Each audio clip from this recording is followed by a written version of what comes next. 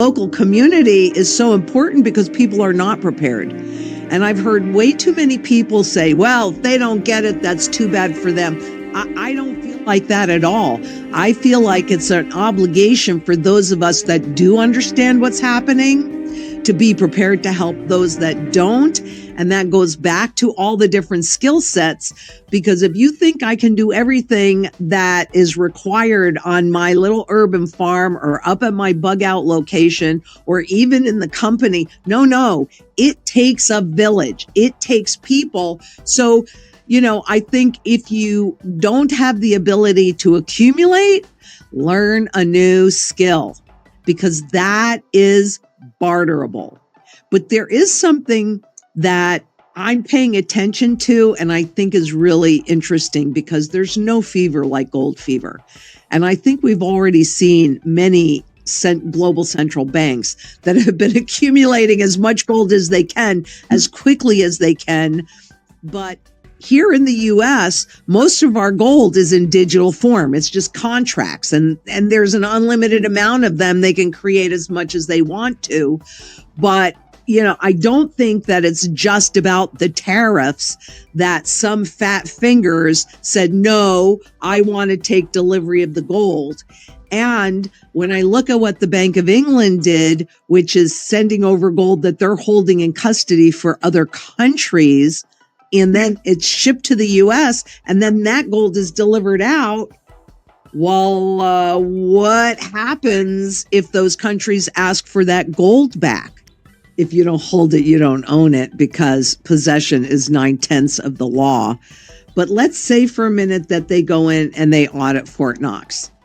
Well, are they going to do just a visible audit? I want to see the books, because they can have a whole bunch of gold there, but there are so many complicated, convoluted ways that they lease out this gold. I'd love it if it were just a 2-to-1 ratio. I have no idea what that ratio really is. I don't think anybody really knows what that ratio is, because if you're not worried about being audited, you don't really have to track it so much. You can, it kind of opens a lot of doors.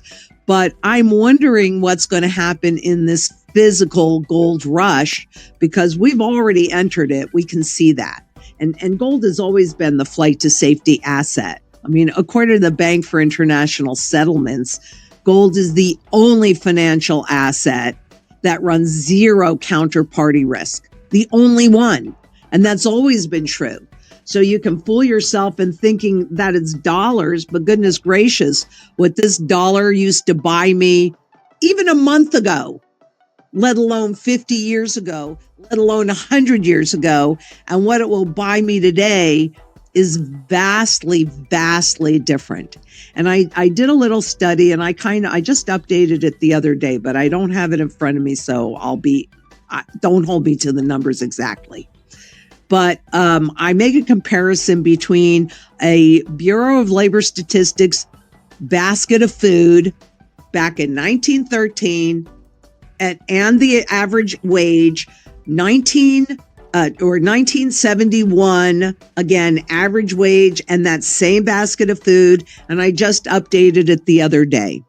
When you look at where even the manipulated spot market was on silver, while the basket of food was up, I think something like 2,600%, spot silver was up over 3,000%. So it maintains your ability to buy the same food basket, maintain your same standard of living over time. But spot gold was up over 13,000%. So it isn't just that it maintains your ability to buy the same thing. It certainly does, but it actually expands your ability to grow your wealth base. And what we're seeing now, at 3,300, 4,000, 10,000, 20,000 gold. It doesn't matter. I was listening to a video the other day that I did. Maybe I did it 6 months ago or something like that. It was not a very old video. And I made the comment, well, if you think $3,000 gold sounds outrageous, how about $40,000 gold, right? Well, not that long ago, $3,000 gold seemed outrageous, but that's a spot contract. It doesn't reflect the true fundamental value of an ounce of gold for its most important function, which is to hold its purchasing power over time. Give the public back their power. Take it back. They're not going to ever volunteer, they meaning central banks and governments, will never volunteer to give you, the public, more power. But we can certainly take it back just by having sound money in our possession. And dare I say, sound money in the monetary system, but not because somebody says, oh, look, it's backed by gold, but you can't convert it. You can't take it out of the system, just like Zimbabwe, right? The ZiG, the most current iteration of the Zimbabwe local currency, Zimbabwe gold, it was doomed from the start because the only reason they put gold in there was to regain the public confidence that they have abused since 2006, and actually before that, because they hyperinflated in 2006, right? So they said that it was backed, but where I have a $10 trillion Zimbabwe note, the one before that, I can't get my hands on a ZiG because it's not in physical form. And they say that it's 40% backed, but you can't take physical possession. So what did they do in October? I think it came out in April. In October, they devalued it by 44%. And if it's truly backed, you can't do that, because there are limitations on how much money you can print.